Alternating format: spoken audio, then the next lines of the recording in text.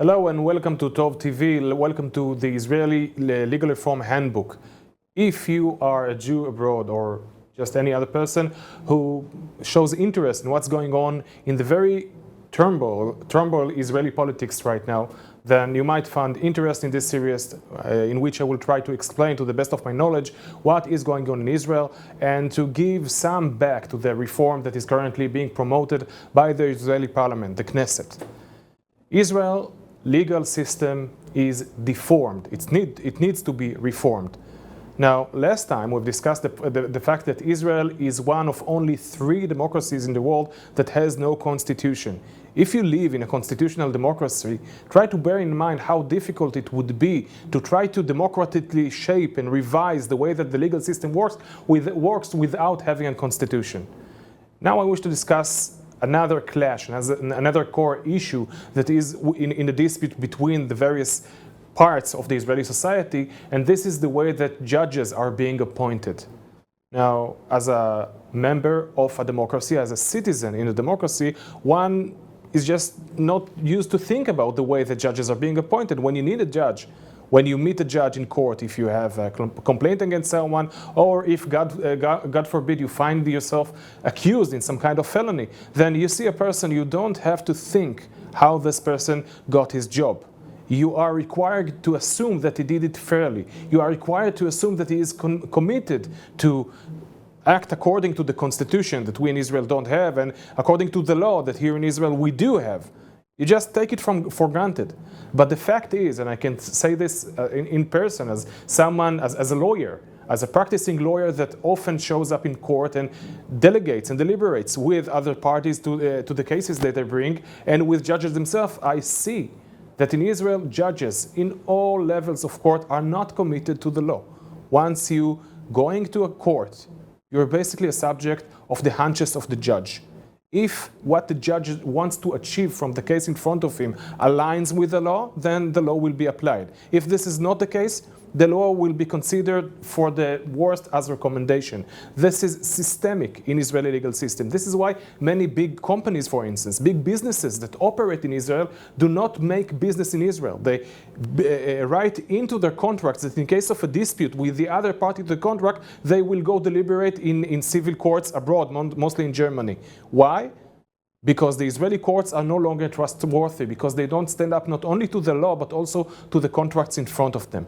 And this is an issue, this is a defect that derives from the way the judges are being appointed. Israel and India are the only 2 democracies in the world when basically judges have a veto right on the appointment on other candidates to the job.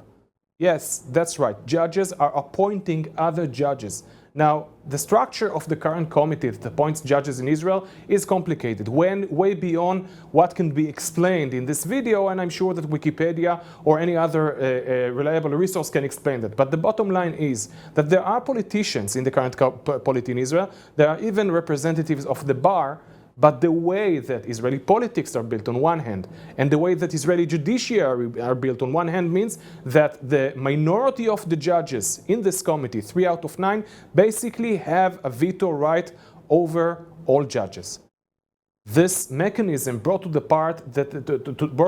to the point where there is a complete mistrust between a very big part of Israeli majority to our judiciary. This is why more than 50% of Israelis voted just last November to this very extensive reform that includes this system.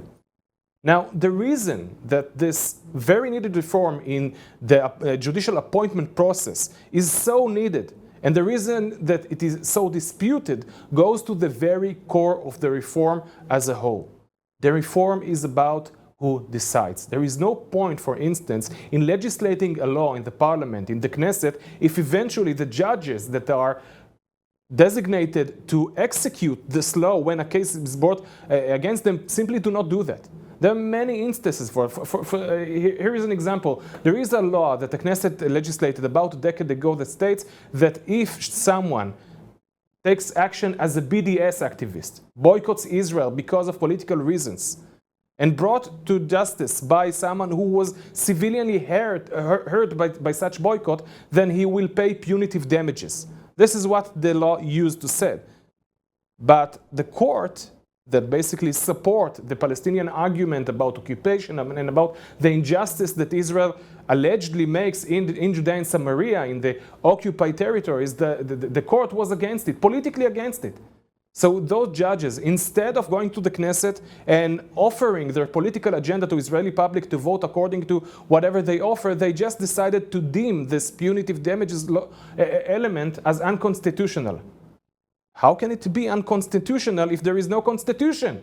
Well, they thought it would be so and deemed this law to be unconstitutional and basically striked it down out of the code. So there are no punitive damages for BDS supported in Israel, even though the Knesset, through the Israeli public, through the Knesset, supported this kind of policy.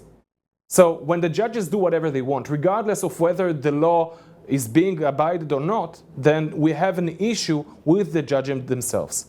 If the politicians, yes, the politicians, the representatives of the public, will gain greater power over the way the judges are being appointed, then one can expect that the judges that are currently presiding will honor the law and execute the law to a greater extent, and this way will strengthen Israeli democracy, because the laws that are being legislated democratically will eventually be executed.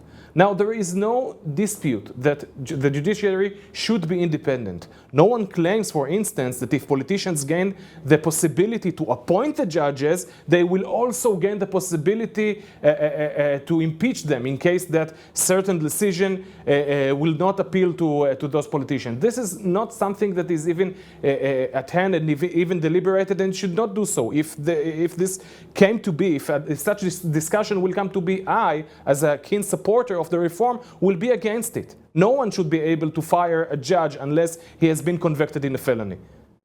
But the fact that politicians will gain the right on behalf of their public to appoint the judges does not infringe Israeli democracy, but strengthen it. This is what the dispute is about. We want to appoint our own judges so that for the first time they will execute the law that we democratically decide on. This is what the reform is about, and this is why it is important to discuss the way that judges are being appointed. Until next time, thank you very much for listening.